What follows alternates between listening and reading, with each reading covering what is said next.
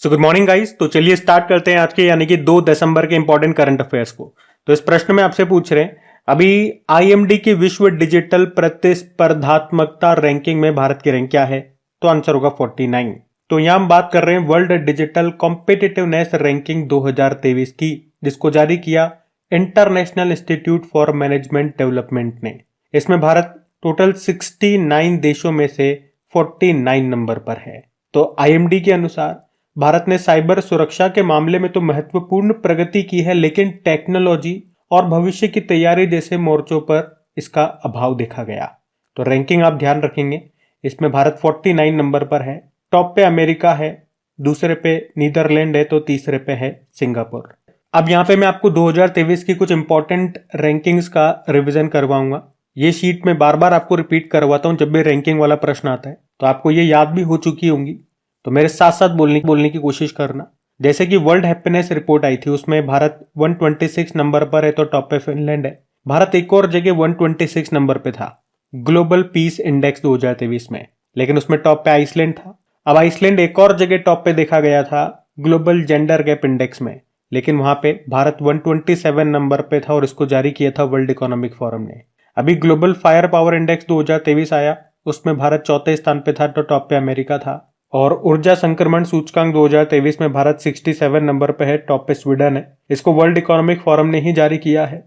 बाकी वैश्विक प्रतिस्पर्धा सूचकांक वर्ल्ड कॉम्पिटिटिवनेस इंडेक्स में भारत 40वें स्थान पर है, तो टॉप पे डेनमार्क है। और वर्ल्ड प्रेस फ्रीडम इंडेक्स, इसमें भारत 161 नंबर पर है, तो टॉप पे नॉर्वे है। इसको रिपोर्टर्स विदाउट बॉर्डर ने जारी किया।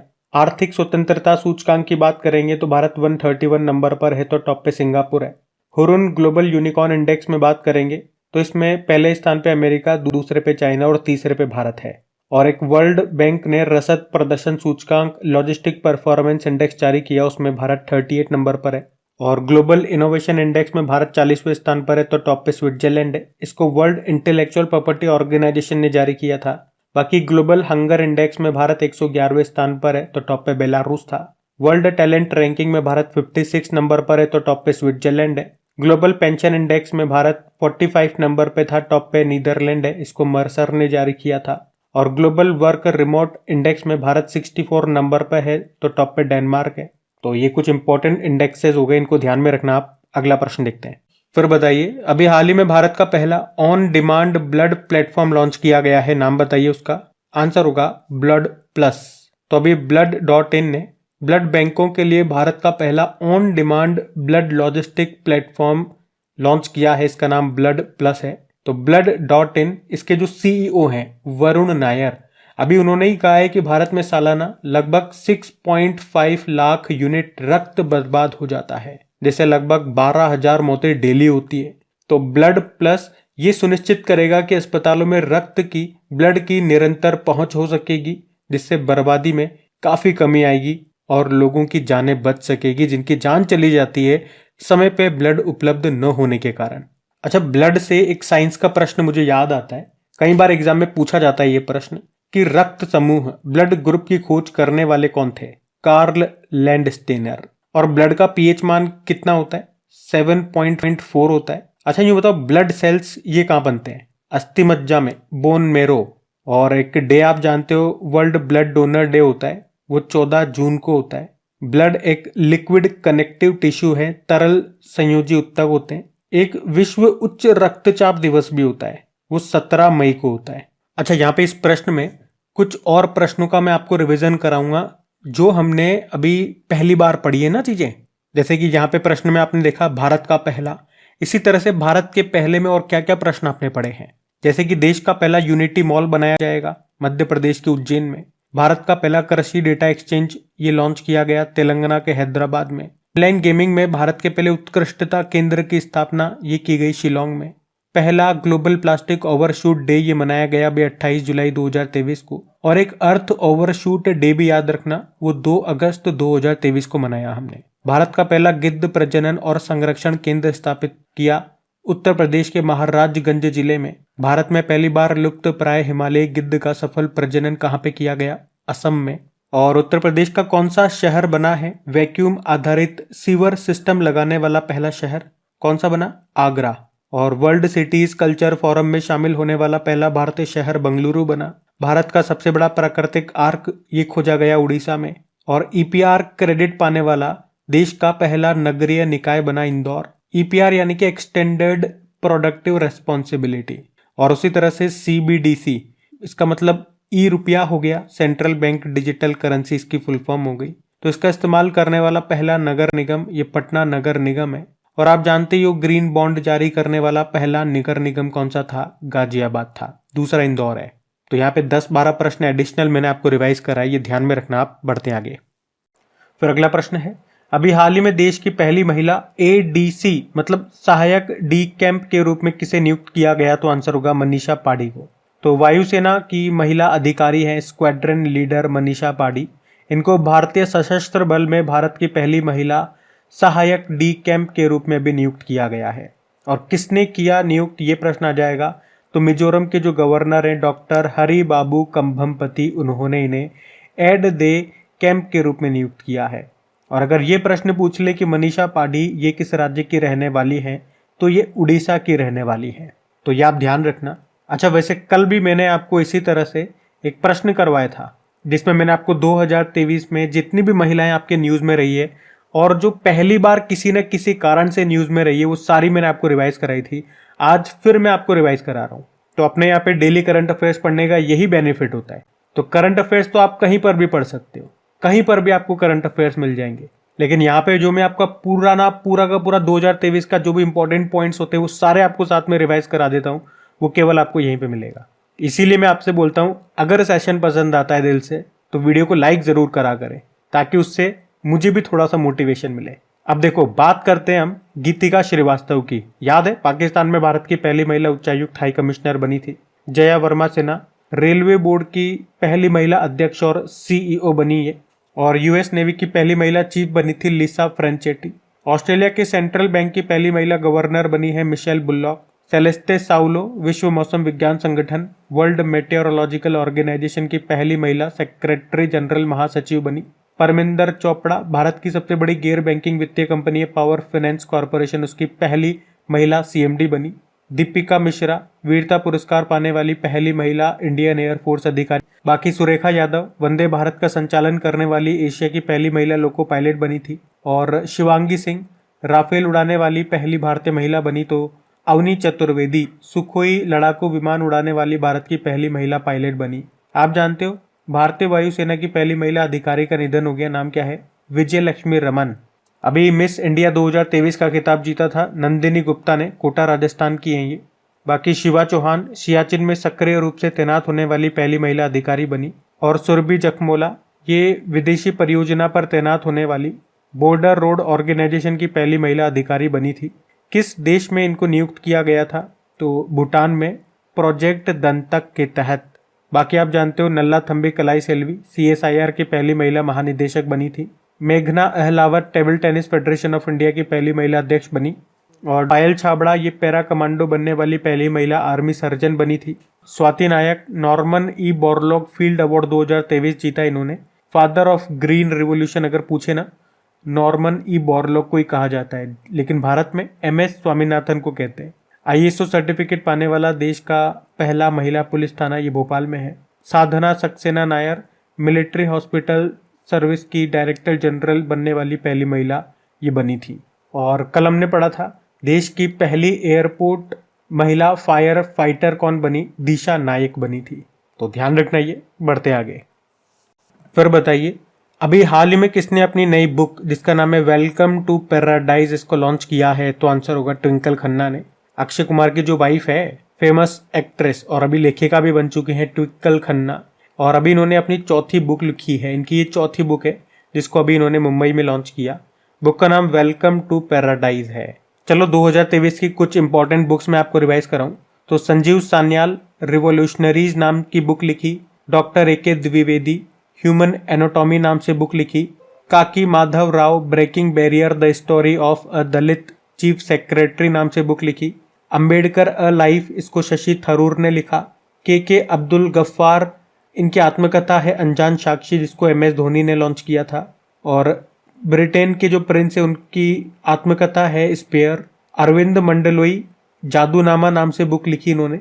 Shubhra Gupta Irrfan Khan a life in movies नाम से बुक लिखी। Doctor Ashwin Fernandes India's knowledge supremacy the new dawn नाम से बुक लिखी। Meghnad Desai the poverty of political economy नाम से बुक लिखी इन्होंने। तो ये ध्यान रखना, बुक्स इंपॉर्टेंट है। बढ़ते आगे। चलो फिर बताओ, अभी हाल ही में इसरो वैज्ञानिक VR ललितांबिका को किस देश के सर्वोच्च नागरिक पुरस्कार द लीजन ऑफ ऑनर से सम्मानित किया गया? तो आंसर होगा फ्रांस। तो इसरो वैज्ञानिक है VR ललितांबिका, जिनको अभी फ्रांस के सर्वोच्च नागरिक पुरस्कार द लीजन ऑफ ऑनर से सम्मानित किया गया। और क्यों दिया गया? तो भारत और फ्रांस के बीच अंतरिक्ष साझेदारी के क्षेत्र में किए गए कार्यों के लिए उनको ये पुरस्कार मिला। ये पुरस्कार फ्रांस के लिए सर्वोच्च कार्य के लिए दिया जाता है और इसकी स्थापना 1802 में नेपोलियन बोनापार्ट ने की थी। वैसे 2023 में आपको बता दूं, अभी ये प्रधानमंत्री नरेंद्र मोदी जी को भी मिला था फ्रांस का ये जो लीजन ऑफ ऑनर सम्मान है। और मोदी जी ये सम्मान पाने वाले पहले भारतीय प्रधानमंत्री बने थे। उनसे पहले भी और कई भारतीयों को ये सम्मान मिल चुका है और अभी लेटेस्ट इसरो वैज्ञानिक VR ललितांबिका को ये सम्मान मिला है। ये आप ध्यान में रखना। अच्छा, यहाँ पे कुछ अवार्ड्स में आपको रिवाइज कराऊंगा, जैसे कि अंतर्राष्ट्रीय मातृभाषा पुरस्कार ये मिला डॉक्टर महेंद्र कुमार मिश्रा को। 2023 का मार्कोनी पुरस्कार, जिसे दूरसंचार का नोबेल पुरस्कार भी कहते हैं, ये मिला हरि बालकृष्णन को। 2023 का प्रित्जकर पुरस्कार मिला सर डेविड एलन चिपरफील्ड को। और 32वां व्यास सम्मान 2022 मिला डॉक्टर ज्ञान चतुर्वेदी को उनके उपन्यास पागलखाना के लिए। 2022 के लिए सरस्वती सम्मान मिला शिव शंकरी को उनके उपन्यास सूर्यवंशम के लिए। 2023 का एबेल पुरस्कार मिला लुइस कैफरेली को। अंतर्राष्ट्रीय बुकर पुरस्कार 2023 जीता जॉर्जी गॉस्पोडिनोव ने, बुल्गारिया के लेखक हैं। इनके उपन्यास टाइम शेल्टर के लिए इनको ये सम्मान मिला। लोकमान्य तिलक पुरस्कार नरेंद्र मोदी को मिला था अभी। रेमन मैग्सेसे पुरस्कार 2023 मिला रवि कन्नन को। गवर्नर ऑफ द ईयर 2023 का पुरस्कार मिला था RBI के जो गवर्नर है शक्तिकांत दास को। और वन्य जीव संरक्षण पुरस्कार 2023 मिला था आलिया मीर को, ये जम्मू कश्मीर से हैं। तो ये 2023 में ही इंपॉर्टेंट अवार्ड्स आपके न्यूज में आए थे, इनको ध्यान में रखना। पढ़ते आगे। फिर बताओ, अभी हाल ही में विश्व एड्स दिवस कब मनाया गया? तो आंसर होगा 1 दिसंबर को। हर साल 1 दिसंबर को वर्ल्ड एड्स डे के रूप में मनाया जाता है। तो एड्स के बारे में जागरूकता फैलाने के लिए ये दिन मनाते हैं, क्योंकि HIV के कारण एड्स जैसी घातक बीमारी पैदा हो सकती है। HIV मतलब होता है ह्यूमन इम्यूनोडेफिशिएंसी वायरस, मतलब HIV एक वायरस है जो उन कोशिकाओं पर हमला करता है जो शरीर के संक्रमण से लड़ने में मदद करती है। और एड्स ये HIV संक्रमण का अंतिम चरण होता है जो सबसे खतरनाक है। अच्छा, इस बार की थीम क्या है? Let communities lead. तो ये दिसंबर के इंपॉर्टेंट डेज आपके स्टार्ट हो चुके हैं। अब साथ के साथ ही आप याद करते हुए चलना। बार बार जब भी डे वाला प्रश्न आएगा मैं स्टार्टिंग से आपको रिवाइज कराऊंगा, उस महीने के कराता ही हूँ, ताकि बार बार रिपीट करते रहें तो आपको ये याद हो जाए। अभी बढ़ते हैं आगे। चलिए फिर बताइए, दिसंबर 2023 में 5वें वैश्विक आयुर्वेद सम्मेलन का उद्घाटन किसने किया? तो आंसर होगा जगदीप धनखड़ ने। तो अभी हमारे वाइस प्रेसिडेंट जो हैं जगदीप धनखड़ जी, इन्होंने 5वें वैश्विक आयुर्वेद सम्मेलन का उद्घाटन किया। कहाँ पे किया? केरल के तिरुवनंतपुरम में।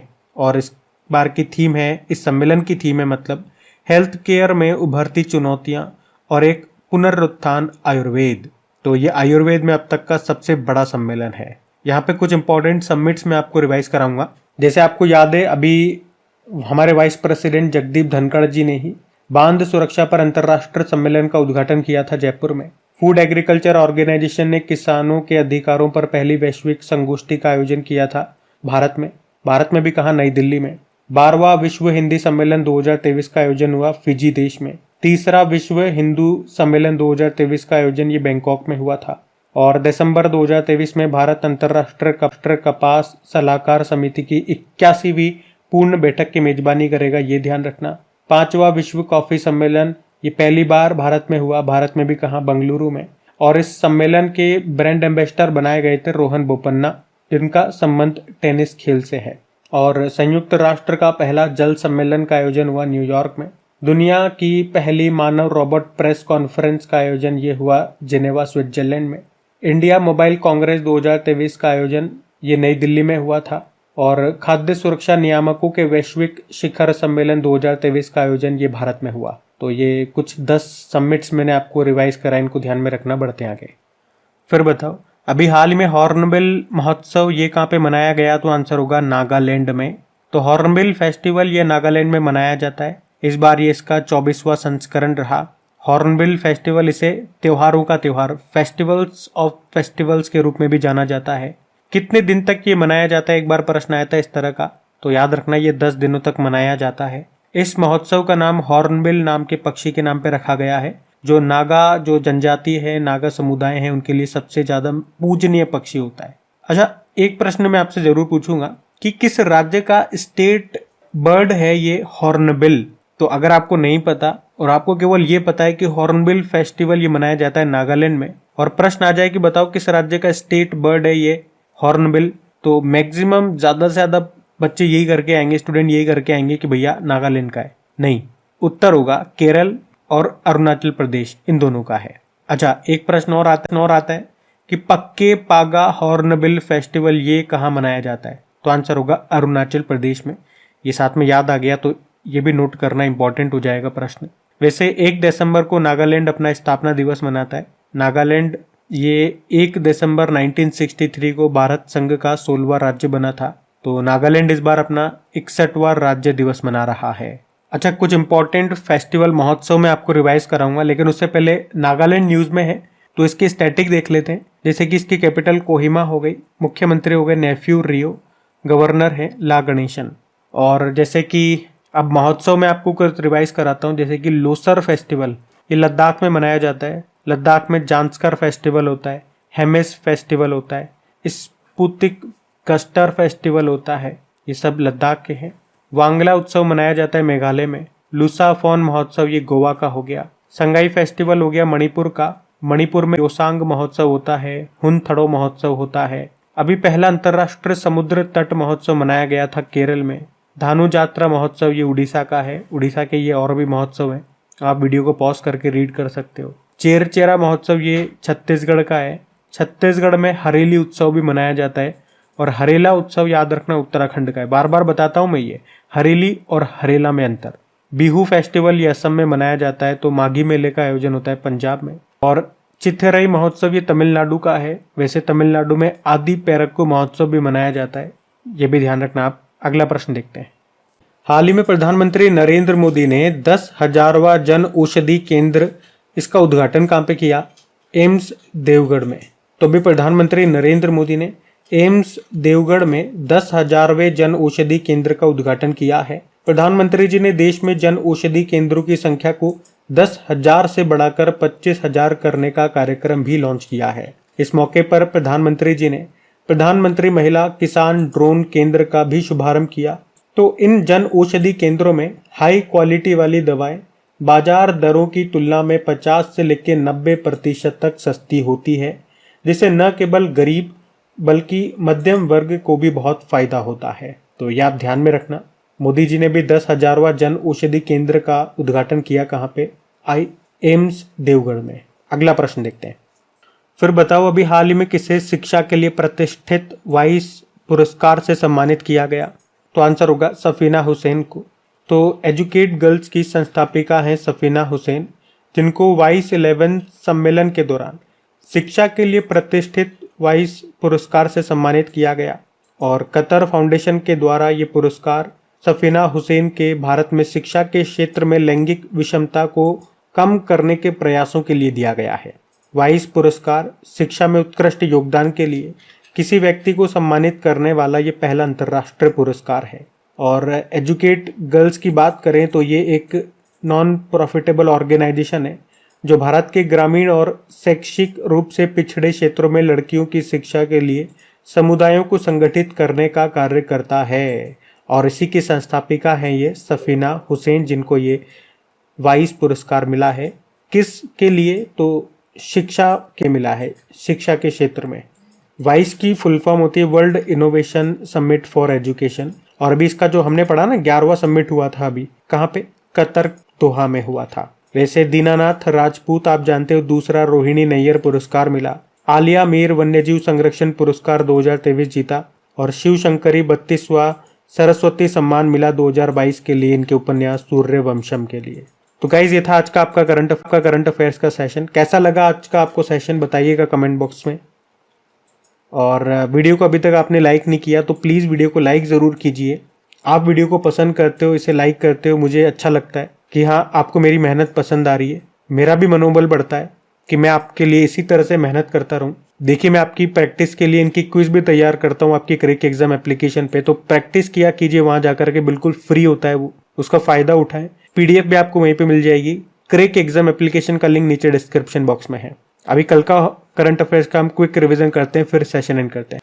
तो पहला प्रश्न पूछा था, देश की पहली एयरपोर्ट महिला फायर फाइटर बनी है कौन? दिशा नायक। फिर पूछा, अभी किस राज्य में भारत में अमेरिकी जो राजदूत हैं एरिक गारसेटी, इन्होंने हम्प विश्व युद्ध द्वितीय संग्रहालय का उद्घाटन किया। और 13वीं सीनियर पुरुष राष्ट्रीय हॉकी चैंपियनशिप 2023 का खिताब जीता पंजाब ने। किस भारतीय पैरा खिलाड़ी को एशिया सर्वश्रेष्ठ युवा एथलीट पुरस्कार 2023 के लिए चुना गया? शीतल देवी। मेडागास्कर के राष्ट्रपति बन गए फिर से एंडी राजो एलिना। समलैंगिक विवाह को आधिकारिक तौर पर मान्यता देने वाला पहला दक्षिण एशियाई देश बना नेपाल। किस राज्य में अम्मा बैंक योजना शुरू हुई? उड़ीसा। अच्छा, आप लोग कमेंट करके बताओ ये अम्मा बहिनी योजना ये किस राज्य की है? बताओ, देखिए किस किस को पता है। बाकी हेनरी किसिंजर का निधन हो गया, उन्हें नोबेल पुरस्कार मिला था किस क्षेत्र में? शांति के क्षेत्र में। प्रधानमंत्री गरीब कल्याण अन्न योजना को बढ़ा दिया गया कितने सालों के लिए? 5 सालों के लिए फिर से बढ़ा दिया गया। किस एयरलाइन कंपनी ने पहली बार कुकिंग ऑयल को फ्यूल के तौर पर इस्तेमाल कर उड़ान भरी? Virgin Atlantic. अभी कल का होमवर्क प्रश्न देखते हैं और सेशन एंड करते हैं। तो कल के वीडियो में आपसे क्या पूछा था, नाइजीरिया के राष्ट्रपति कौन बने अभी? तो आंसर होगा बोला टिनुबू। आप सभी ने प्रश्न का बिल्कुल सही उत्तर दिया। अब ये रहा आज का आपका होमवर्क प्रश्न।